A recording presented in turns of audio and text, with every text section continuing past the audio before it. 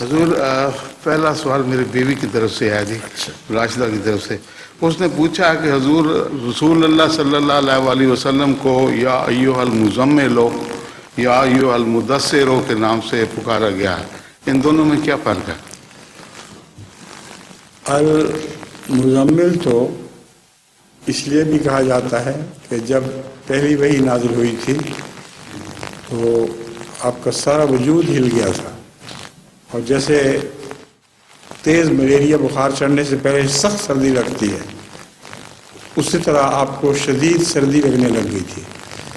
گھر جا کے آپ نے حضرت حاجرہ رضی اللہ تعالیٰ عنہ سے کہا تھا کہ زملونی، حضرت خدیجہ سے کہ زملونی زملونی، مجھے اڑھا دو، کوئی چادر کوئی کمبل پہنا دو.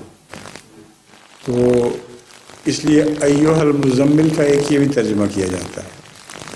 اور المدثر میں آپ نے جو کپڑے پہنے ہوئے تھے، اس کی تشریح میں یہ بھی بیان کیا جاتا ہے کہ صحابہ وہ کپڑے تھے جو آپ نے اوڑھے ہوئے تھے.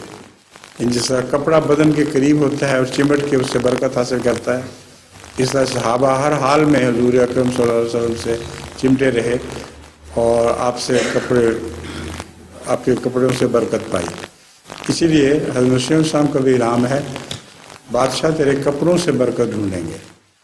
اس کا اول معنی میں یہی سمجھتا ہوں کہ صحابہ مراد ہیں، کہ صحابہ سے برکت ڈھونڈیں گے، اور جب صحابہ نہیں ملیں گے تو پھر خالی کپڑوں سے بھی برکت ڈھونڈنے کی کوشش کی جائے گی. المدثر کا یہ مطلب ہے.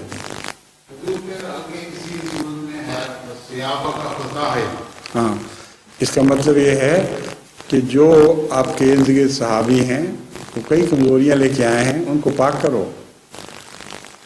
رسول اللہ علیہ وسلم کے فیض سے وہ سب صحابہ پاک ہونے شروع ہو گئے تھے. آپ مزکی تھے اور مطہر، یہ دونوں ایک ہی معنوں میں ہیں.